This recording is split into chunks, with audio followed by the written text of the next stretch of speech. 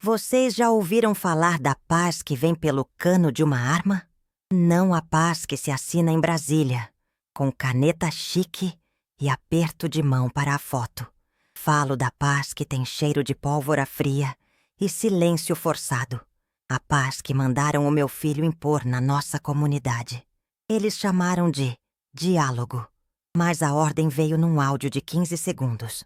Se essa história tocar em algum lugar aí dentro, me segue e comenta o que você faria no meu lugar. A paz tem um preço. E quem pagou a conta foi a alma do meu filho. Na televisão, o homem de terno, o novo ministro, falava bonito. Usava palavras como inteligência, estratégia, diálogo com a comunidade. Eu desliguei a TV da sala. O som oco do botão antigo ecoou no meu barraco. Diálogo? Que piada de mau gosto! O diálogo que eu conheço chega por um radinho que chia, com a voz de um homem que a gente nunca viu, dando ordens que não se pode questionar. A paz deles é o nosso medo. É o silêncio de quem sabe que a próxima palavra errada pode ser a última. Eles não sobem o morro. Eles mandam o recado. E o recado chegou claro, como água de poço. Recolher tudo, sem um pio. Ordem de cima. Cima de onde? De Brasília? Do outro lado da ponte? Para nós, cima é sempre um lugar que não podemos ver. Um escritório com ar-condicionado onde decidem quem vive e quem morre na nossa viela. Meu filho, o Kevin, que vocês chamam de monstro, foi o carteiro dessa mensagem. Uma mensagem escrita com o medo de cada morador. Tudo começou com uma fraqueza. Não a dele, a minha. Anos atrás, eu desmaiei no chão gelado da cozinha dos patrões, no Leblon. O cheiro do produto de limpeza caro invadiu meu nariz enquanto a vista escurecia. Eu não tinha comido direito para poder comprar o remédio do Kevin, que vivia com o peito chiando. Ele tinha uns 14 anos e me viu chegar em casa, humilhada, com um saco de pão velho que a patroa deu por pena. Aquela vergonha nos olhos dele, foi ali que o perdi. Ele me viu chorando baixo no sofá, abraçada com as próprias pernas, por não ter dinheiro para o botijão de gás. O silêncio dele foi a coisa mais barulhenta que já ouvi. Ele saiu sem dizer nada. Voltou 2 horas depois, arrastando um botijão cheio e com R$ 50 na mão. A mão que antes segurava meu dedo com medo do escuro, agora me entregava um dinheiro que queimava. Eu não perguntei. Eu aceitei. Naquele silêncio, eu dei a ele a permissão para se tornar o que ele se tornou. Ele jurou que eu nunca mais passaria por aquilo. E cumpriu. A primeira vez que ele chegou com um fardo de carne de primeira, picanha, alcatra, coisas que eu só limpava da mesa dos outros. Meu estômago revirou. O cheiro da gordura na frigideira era bom demais. Era irreal. Parecia um pecado cozinhar aquilo no meu fogão remendado com fita isolante. Mas o sorriso dele, orgulhoso, me fez engolir o orgulho e a desconfiança. Ele só queria cuidar de mim. Eu dizia para mim mesma. Eu temperei aquele bife como se fosse uma celebração. O melhor sal, o alho mais fresco. Sentamos à mesa, só nós dois. A luz fraca da lâmpada amarela iluminava o rosto dele, já endurecendo, perdendo os traços de menino. Cada mordida era macia, derretia na boca, mas descia rasgando a minha garganta. Tinha gosto de culpa, de sangue, de coisa errada. Assim que ele saiu para a rua, eu corri para o banheiro e vomitei tudo. O luxo dele era o meu veneno. O conforto comprado com dinheiro sujo é uma prisão. A geladeira nova, duplex, cheia de iogurte e presunto bom, parecia zombar de mim. Eu a limpava todos os dias com uma fúria silenciosa, como se pudesse esfregar a origem dela para fora do metal. O tênis de marca que ele me deu ficou na caixa. Como eu poderia andar com aquilo nos pés, pisar no chão sujo do ônibus, sabendo que cada passo era pago com o medo de outra mãe em alguma outra viela? O dinheiro dele não comprava comida. Ele roubava o meu apetite. Eu me tornei uma testemunha invisível dentro da minha própria casa. Fingia dormir no sofá, enquanto ele falava baixo no rádio, na cozinha. Eu ouvia os códigos, os nomes, os planos. Meu coração batia no ritmo das sirenes que passavam longe, lá na avenida. Eu limpava o chão e encontrava cápsulas vazias debaixo dos móveis. Eu lavava as roupas dele e sentia o cheiro de pólvora misturado com o suor. Eu via tudo, ouvia tudo, e meu silêncio era minha cumplicidade. Um dia ele foi chamado para uma reunião na entrada do morro. Eu o espiei pela fresta da janela da cozinha, o coração na boca. Ele estava lá, meu menino grande e forte. O aí frente, que todos temiam. Mas eu não vi um chefe. Eu vi ele de cabeça baixa, recebendo ordens de um homem dentro de um SUV preto, com o vidro tão escuro que parecia um buraco negro. A postura dele era submissa, quase envergonhada. Foi ali que eu entendi. Meu filho não era o monstro. Ele era só o cachorro de um monstro muito maior. Um que usava terno e gravata. A ordem para recolher as armas chegou como um trovão em céu azul. O tal diálogo de Brasília. Significava desarmar os meninos, os soldados, tirar deles o que lhes dava poder, o que lhes dava identidade. O fuzil no peito não era só uma arma, era um diploma, um troféu naquela vida miserável que o sistema lhes ofereceu. Tirar aquilo era como arrancar a pele. E Kevin, meu filho, foi o escolhido para ser o carrasco dos seus próprios irmãos de luta. Eu vi da minha laje. A laje onde eu estendia as roupas dele quando era pequeno. Onde ele soltou a primeira pipa. Agora, eu via uma fila de garotos, quase crianças, entregando seus fuzis para o Kevin. Os olhos deles queimavam de ódio e humilhação. Um deles, um menino magrinho chamado Léo, amigo de infância do meu filho, se recusou. Ele abraçou o fuzil como se fosse a própria mãe e gritou que não entregaria. Aquele fuzil era tudo o que ele tinha. O silêncio que se seguiu foi pesado, denso. Todos os olhos se viraram para o Kevin. A ordem do rádio era clara: manter a disciplina. Eu vi a alma do meu filho se partindo naquele instante. Ele, que protegeu o Léo em tantas brigas na escola, teve que andar até o menino. Ele segurou o fuzil com a mesma mão que, anos atrás, segurava a mãozinha do Léo para atravessar a rua. E então, para manter a ordem, para obedecer ao doutor invisível, ele espancou o amigo. Ele bateu no garoto na frente de todos. Cada soco que ele dava no rosto do menino era um soco na minha alma. Eu coloquei a mão na boca para não gritar. Eu vi meu menino, aquele que chorava quando o joelho ralava, se transformar na coisa mais cruel que eu já tinha visto. Ele quebrou o braço do Léo e tomou a arma. Ele fez o que mandaram. Ele manteve a paz. E quando ele subiu para casa, horas depois, com os nós dos dedos sangrando, ele não conseguiu olhar nos meus olhos. Ele apenas pediu a bênção, como sempre fazia. Naquela noite, enquanto ele dormia, um sono agitado, cheio de gemidos, eu arrumei uma mala.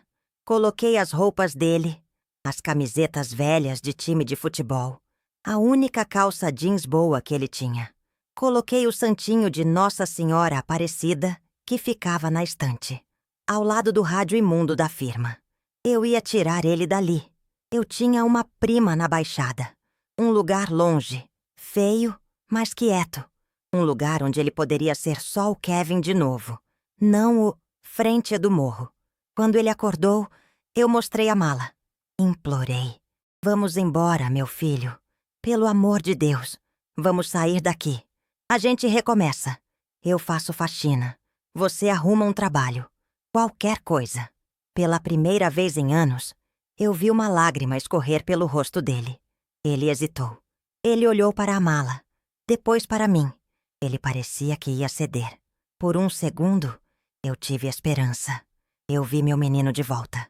O menino que dormia no meu colo no ônibus lotado. Mas então, o som, aquele toque específico e curto do aplicativo de mensagens que fazia meu sangue gelar, não era o WhatsApp.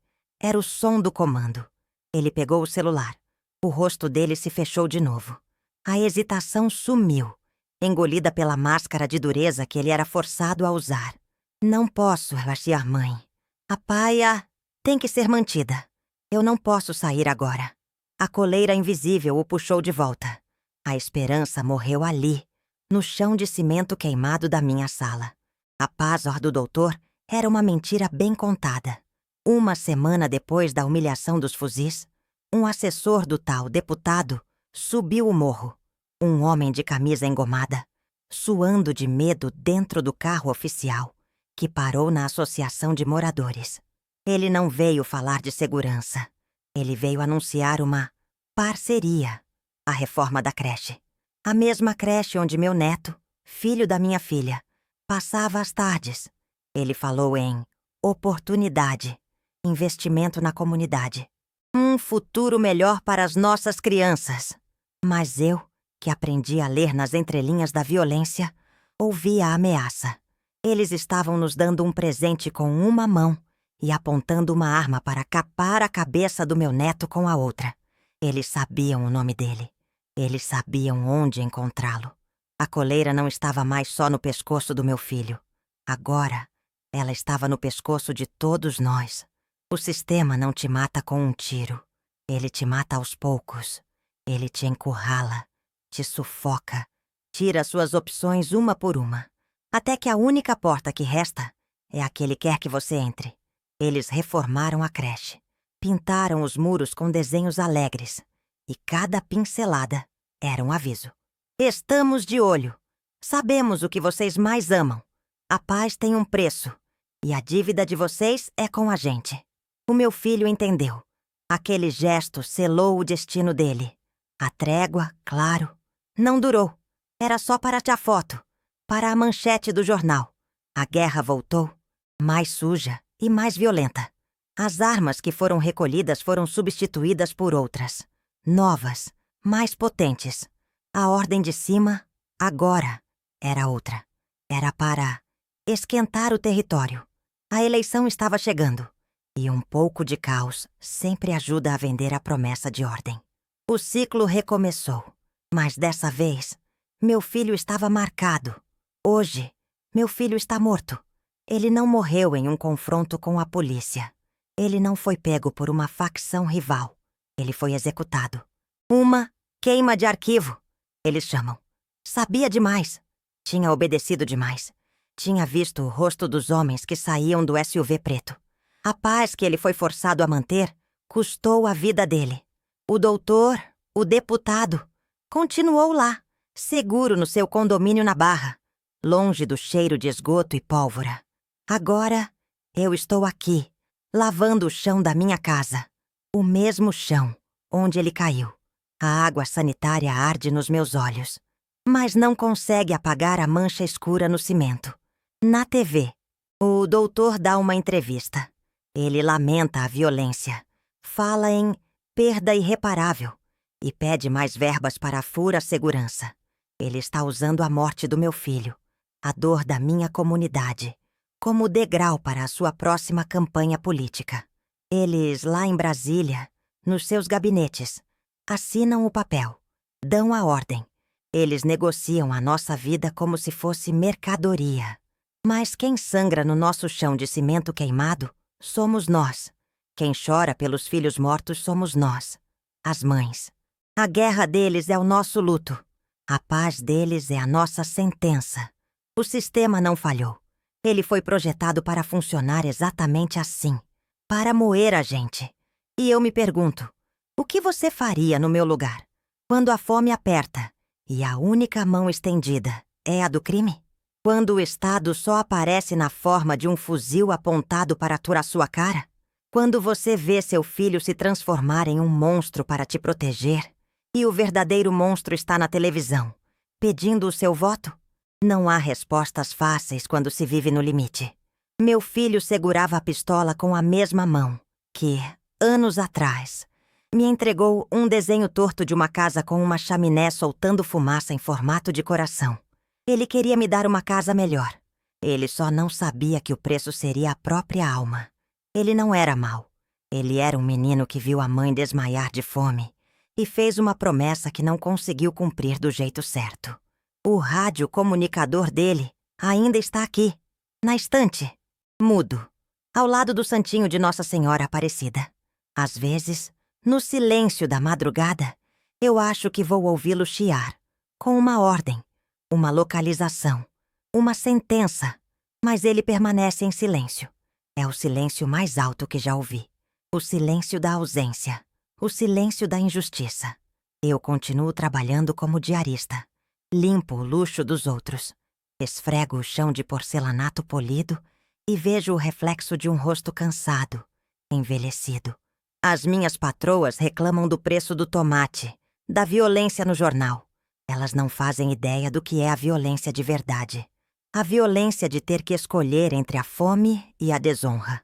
A geladeira que ele me deu ainda funciona. Gela a água, conserva a pouca comida que tenho. Mas toda vez que eu abro a porta dela, a luz que acende lá dentro parece iluminar um túmulo. É um monumento de metal branco à promessa quebrada do meu filho. Um lembrete constante do preço que pagamos pela nossa miséria. O doutor provavelmente vai se reeleger. Vai continuar com seus discursos bonitos, suas promessas vazias. Ele vai usar a paz que ele criou e destruiu como um trunfo.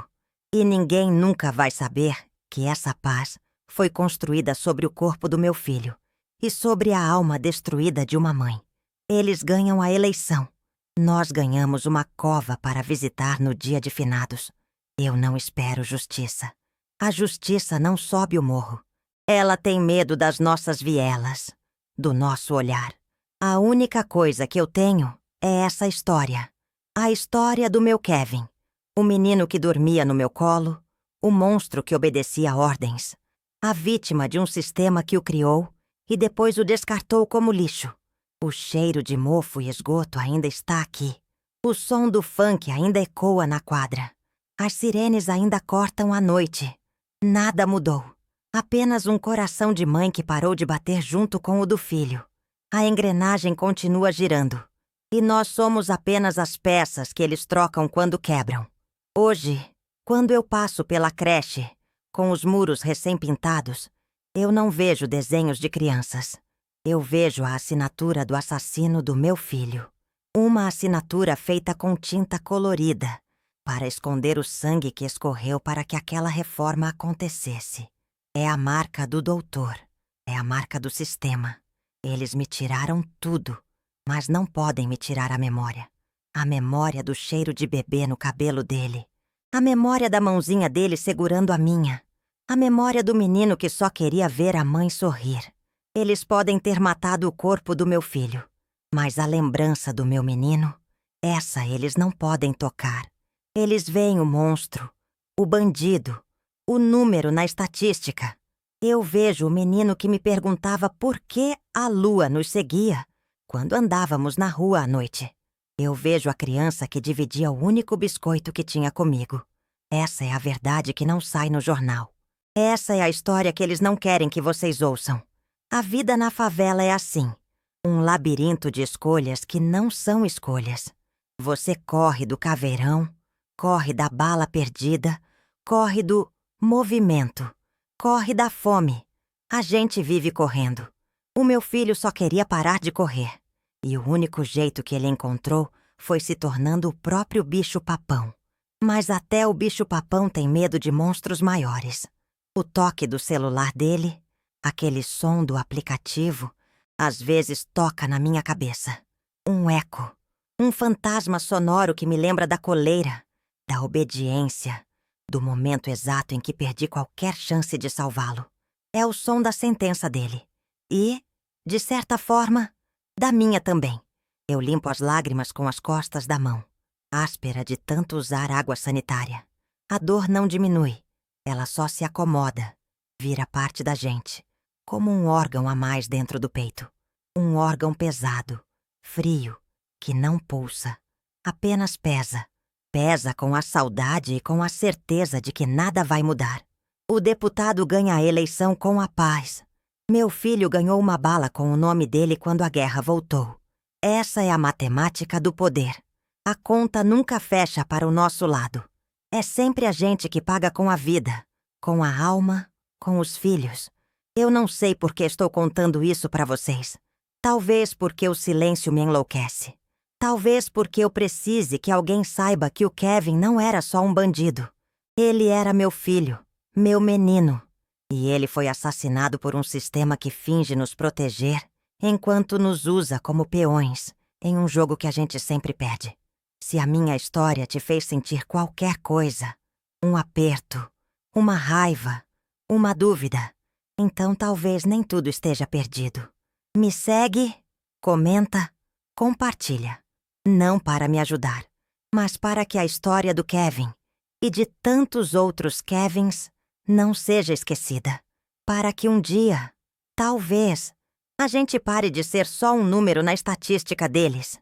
Vocês assistem na televisão o Homem de Terno, o novo ministro da Justiça, falando em inteligência, estratégia, diálogo com a comunidade. Eu estava limpando o feijão do almoço quando ouvi. Larguei a bacia na mesa e apertei o botão da TV velha com força. O som oco que fez ecoou no meu barraco. Diálogo? Que piada de mau gosto. A ordem que chegou para o meu filho, o Kevin, veio num áudio de 15 segundos pelo radinho. Não tinha nenhuma palavra bonita. Só uma sentença. Vocês chamam meu filho de monstro. Eu não vou mentir. Eu vi ele fazer coisas terríveis. Eu vi as mãos dele, as mesmas que se agarravam em mim quando tinha febre, se fecharem com uma fúria que não era dele. Mas o monstro de verdade não pisa no nosso esgoto. Ele usa sapato caro e tem motorista. Meu filho foi só a ferramenta que eles usaram. O culpado não é o menino que sangrou na viela. É o homem que deu a ordem de um escritório com ar-condicionado. A verdade não está na manchete do jornal, que bota a foto do meu filho com uma tarja preta nos olhos e chama ele de traficante. A verdade está no silêncio da minha casa agora. Está na geladeira cheia de comida que ele comprou e que eu não consigo mais engolir. Eles criaram a armadilha, a fome, o desespero e depois condenaram meu filho por ter caído nela. O verdadeiro culpado tem nome, um cargo importante e nunca vai ser preso por isso. Então, antes de me julgarem, escutem. Eu vou contar a história de verdade. Não a do que à frente, que a polícia matou, mas a do menino que só queria que a mãe parasse de chorar de fome. Vou contar como essa paz, que veio de Brasília, chegou aqui no morro com cheiro de pólvora e traição. Eles queriam um gesto de diálogo, mas o que eles fizeram foi assinar a sentença de morte do meu Kevin. E tudo começou com a mentira mais bonita que já apareceu na televisão. Tudo começou com uma fraqueza. Não a dele, a minha. Anos atrás, eu desmaiei no chão gelado da cozinha dos patrões, no Leblon. O cheiro do produto de limpeza caro invadiu meu nariz enquanto a vista escurecia. Eu não tinha comido direito para poder comprar o remédio do Kevin, que vivia com o peito chiando. Ele tinha uns 14 anos e me viu chegar em casa, humilhada, com um saco de pão velho que a patroa deu por pena. Aquela vergonha nos olhos dele, foi ali que o perdi. Ele me viu chorando baixo no sofá, abraçada com as próprias pernas, por não ter dinheiro para o botijão de gás. O silêncio dele foi a coisa mais barulhenta que já ouvi. Eu sentia os olhos dele em mim, não com pena, mas com uma raiva fria que eu nunca tinha visto. Ele não era mais o meu menino assustado. Era um homem pequeno, decidindo uma guerra dentro da cabeça. Ele olhou para a minha fraqueza e viu ali a sua única missão, a de nunca mais me ver daquele jeito. Ele saiu sem dizer nada. A porta do barraco bateu seca. Fiquei ali, encolhida, achando que ele tinha ido para a casa de um amigo, com vergonha de mim. Voltou 2 horas depois, o suor escorrendo pela testa, arrastando um botijão cheio e com R$ 50 na mão. A mão que antes segurava meu dedo com medo do escuro, agora me entregava um dinheiro que queimava, que tinha um peso diferente. Eu senti o cheiro da rua nele, um cheiro de perigo e de escolha feita. Eu não perguntei, eu aceitei. Peguei o dinheiro. Peguei o botijão. Meus olhos agradeceram, mas minha alma se partiu. Naquele silêncio, eu dei a ele a permissão para se tornar o que ele se tornou. Eu troquei a inocência do meu filho por um prato de comida quente. Foi o negócio mais caro que já fiz na vida. E a dívida, vocês não imaginam. A dívida eu pago até hoje, com cada lágrima que ainda me resta para chorar por ele. Ele jurou que eu nunca mais passaria por aquilo. E cumpriu. A primeira vez que ele chegou com um fardo de carne de primeira, picanha, alcatra, coisas que eu só limpava da mesa dos outros. Meu estômago revirou. O plástico transparente mostrava a gordura branca, perfeita. Uma imagem de riqueza que não pertencia à minha cozinha. O sorriso dele, orgulhoso, me desarmou. Ele só queria cuidar de mim. Eu dizia para mim mesma, enquanto o cheiro de sangue fresco e dinheiro sujo parecia impregnar o ar do meu barraco. Eu temperei aquele bife como se fosse uma celebração, uma missa profana. Usei o melhor sal, o alho mais fresco, que ele também trouxe. O barulho da carne na frigideira quente era alto, quase agressivo, abafando a voz da minha consciência que gritava. Sentamos à mesa, só nós dois, sob a luz fraca da lâmpada amarela. O rosto dele, já endurecendo, perdendo os traços de menino, me olhava esperando aprovação. E eu sorri para ele. Eu sorri enquanto sentia uma faca invisível me rasgando por dentro. Cada mordida era macia, derretia na boca, mas descia arranhando a minha garganta. Tinha gosto de culpa, de medo, de coisa errada. Era o bife mais saboroso e mais amargo que eu já tinha comido. Eu mastigava devagar, forçando meu corpo a aceitar aquele luxo que não era nosso. Eu via a felicidade nos olhos do meu filho, e aquilo era o meu castigo. Ele me via comendo bem. Eu via a alma dele sendo vendida a cada pedaço que eu engolia. Aquele jantar foi a nossa primeira comunhão com o diabo. Assim que ele saiu para a rua, para a correria, eu não aguentei. Corri para o banheiro dos fundos, aquele com a parede mofada, e vomitei tudo. Coloquei para fora não só a carne, mas toda a minha fraqueza, toda a minha cumplicidade. Ajoelhada no chão frio, com o gosto de Billy na boca. Eu entendi. O luxo dele era o meu veneno. O conforto que ele queria me dar seria a minha tortura diária. E aquele era só o começo. Depois da carne, veio a geladeira nova, duplex, branca, enorme. O entregador mal conseguiu passar com ela pela viela. Ela ocupava um espaço na minha cozinha que não era só físico. Parecia um caixão de pé, um monumento gelado ao pecado do meu filho. Eu a limpava todos os dias com uma fúria silenciosa, esfregando cada canto como se pudesse arrancar a origem dela do metal. A geladeira estava sempre cheia, mas a minha fome tinha sumido para sempre. Eu vivia em uma cegueira deliberada. Quando ele chegava com um tênis de marca para mim, eu agradecia e guardava na caixa. Quando trocou a nossa TV velha por uma de tela fina, eu fingia surpresa. Ele dizia que era de rolo de moto, de o negócio fechado. E eu balançava a cabeça, fingindo acreditar. Eu não perguntava nada. Porque perguntar significava ouvir a resposta. E eu não estava pronta para ouvir a verdade que eu já sabia. A verdade que eu sentia no cheiro das roupas dele. Eu achava que o pior era ter o estômago revirado pelo dinheiro dele. Por aquele conforto que me adoecia. Mal sabia eu que aquilo era apenas o prólogo. O próximo passo seria ter a alma revirada. Não pelo que o dinheiro comprava, mas por testemunhar o que ele precisava fazer para conseguir aquele dinheiro. A casa estava arrumada, a despensa estava cheia, mas a nossa vida estava prestes a desmoronar, de um jeito que nenhuma geladeira nova poderia consertar. Eu estava passando um pano úmido no chão da sala, sentindo o cheiro forte de desinfetante de pinho que eu gostava, quando a porta se abriu. Era o Kevin. Mas ele não entrou como o dono do morro, com o peito estufado e o queixo erguido. Ele entrou pequeno, encolhido, olhando para os cantos como se procurasse um lugar para se esconder dentro da própria casa. O jeito dele me avisou que o dia normal tinha acabado. Eu só não sabia que a nossa vida também. Ele veio até a cozinha, a voz baixa, quase um sussurro. Mãe, vai chegar uma visita importante. Prepara um café bom, por favor. Ele não olhava nos meus olhos. As mãos dele, que eu já tinha visto segurar um fuzil com firmeza, estavam irrequietas, suando. Ele pegou um cinzeiro que já estava limpo e começou a limpar de novo, num gesto de puro nervosismo. O medo dele era palpável.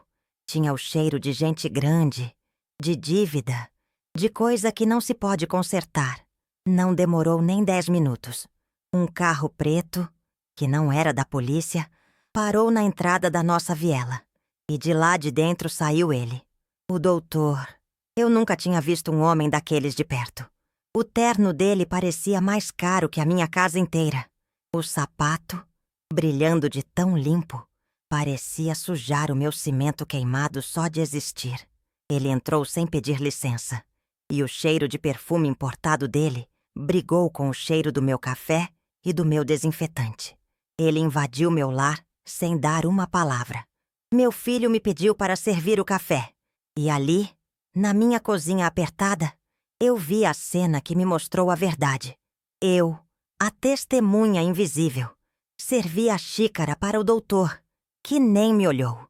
Mas eu vi o Kevin, meu filho, o temido frente do morro. Estava de pé, cabeça baixa, esperando o homem provar o café. A mão que tremia um pouco ao me entregar a xícara era a mesma que, anos atrás, me mostrava orgulhosa um desenho da nossa família que ele tinha feito na escola. Eles falavam baixo. Eu, fingindo arrumar as coisas na pia, só ouvia pedaços. Palavras como eleição, controle, disciplina, comunidade, Não era uma conversa. Era o dono conferindo o gado. O doutor não levantava a voz. Ele não precisava. O poder dele estava no silêncio, na forma como o meu filho balançava a cabeça concordando com tudo, sem questionar, sem respirar direito. Meu menino, que enfrentava o caveirão, parecia uma criança assustada na frente daquele homem. Quando o homem se levantou para ir embora, ele nem se despediu. Apenas deu um tapinha no ombro do Kevin. Um gesto que não era de carinho, mas de posse. Ele saiu, e o carro preto sumiu na poeira da viela. Ficou para trás um silêncio pesado, e o cheiro do perfume dele impregnado na cortina da sala. Kevin sentou na cadeira da cozinha, o mesmo lugar onde ele fazia o dever de casa, e ficou olhando para o nada, como se tivessem roubado a alma dele ali na minha frente. Naquele momento, eu entendi tudo. O SUV preto, as ordens pelo rádio, a humilhação. Meu filho não era o monstro. Ele era apenas o cachorro de um monstro muito maior. Um que usava terno e gravata e tinha cheiro de perfume caro. A minha casa, o único lugar que eu achava que era seguro, tinha sido invadida pela sujeira deles.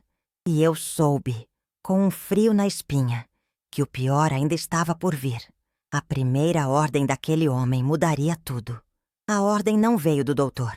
Veio do radinho que chiava na mão do Kevin. A voz metálica e sem rosto dando a sentença. Era para dar o exemplo.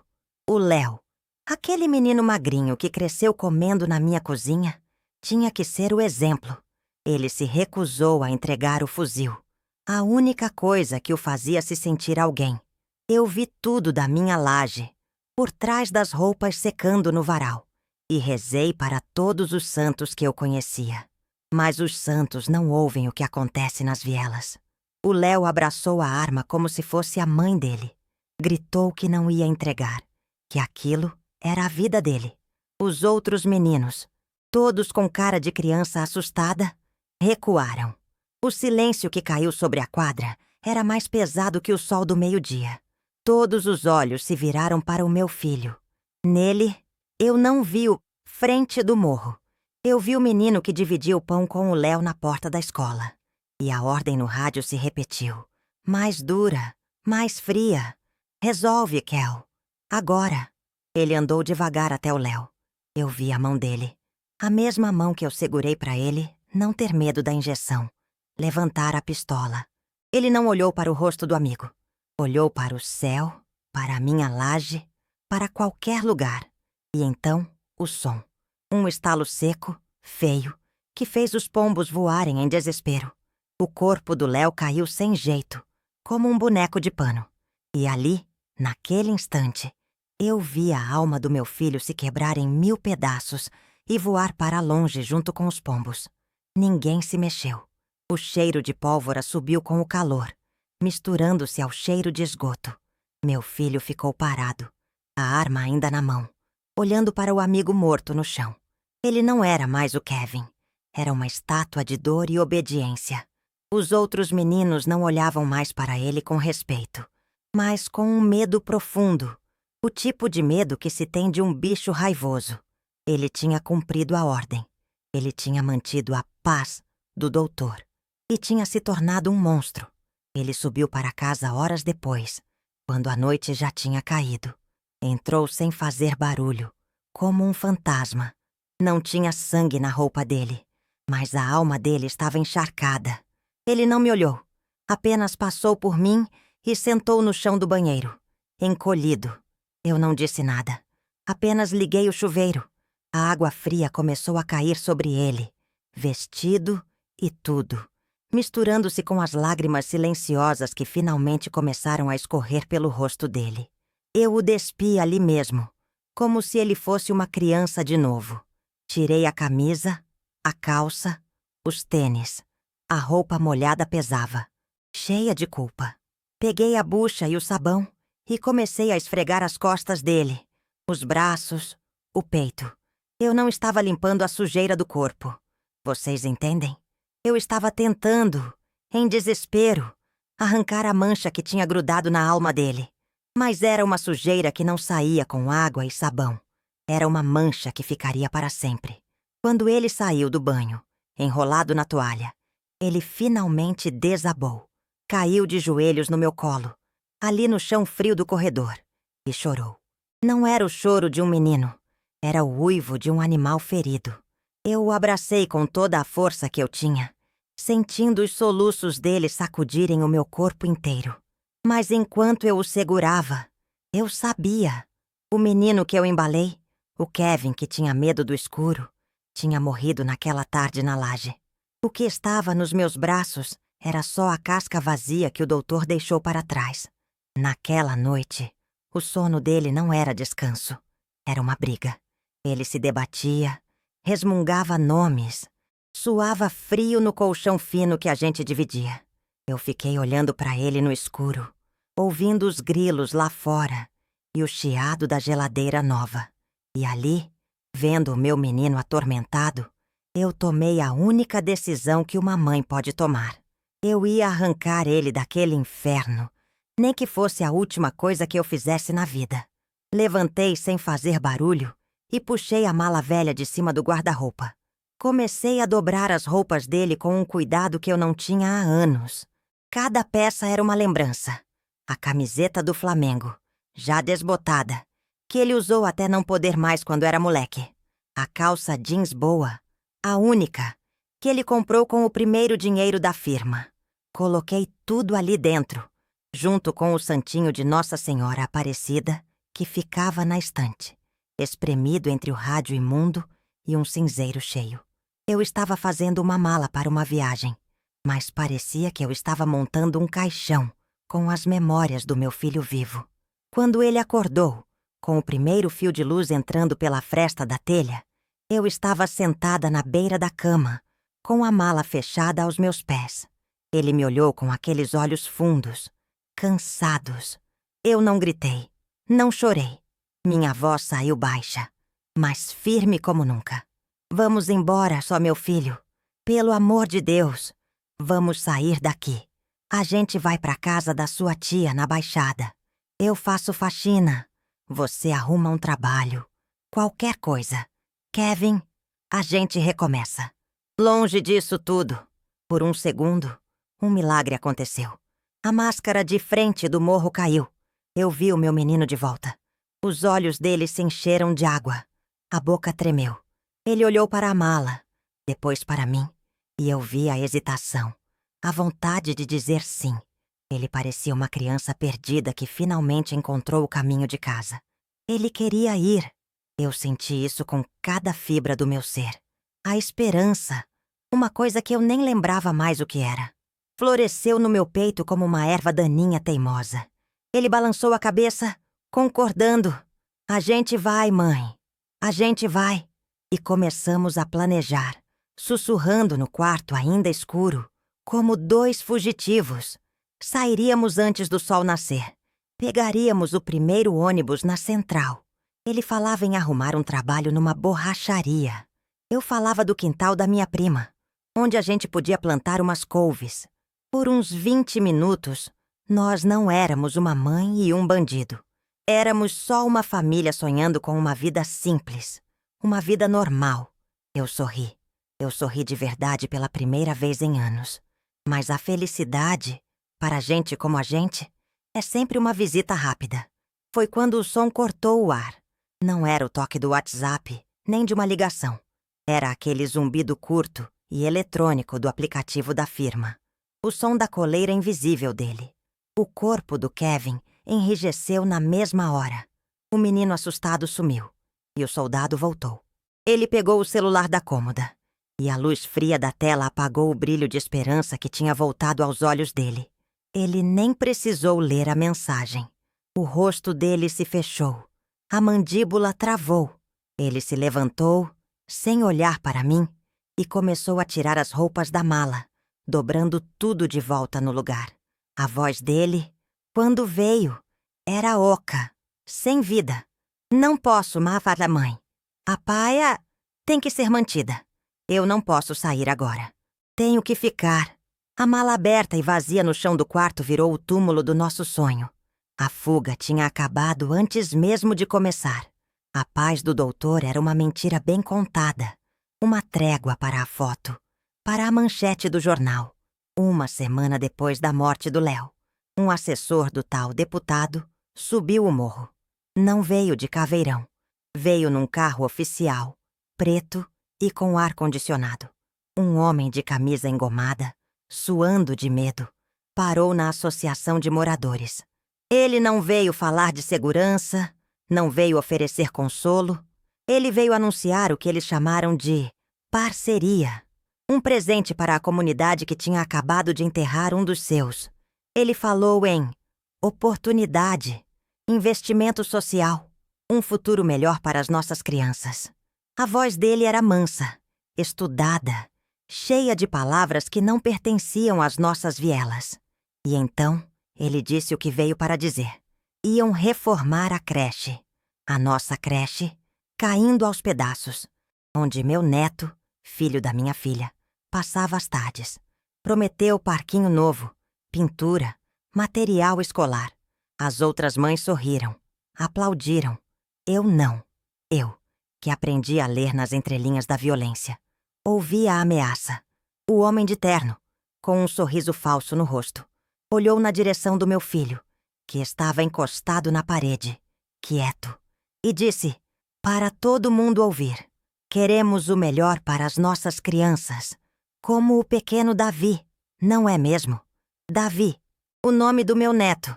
Ele disse o nome do meu neto. Naquele momento, o ar da associação de moradores ficou gelado. Não foi um tiro, não foi um grito, foi só um nome, dito com a calma de quem sabe que acabou de colocar uma arma na cabeça de uma criança de 4 anos.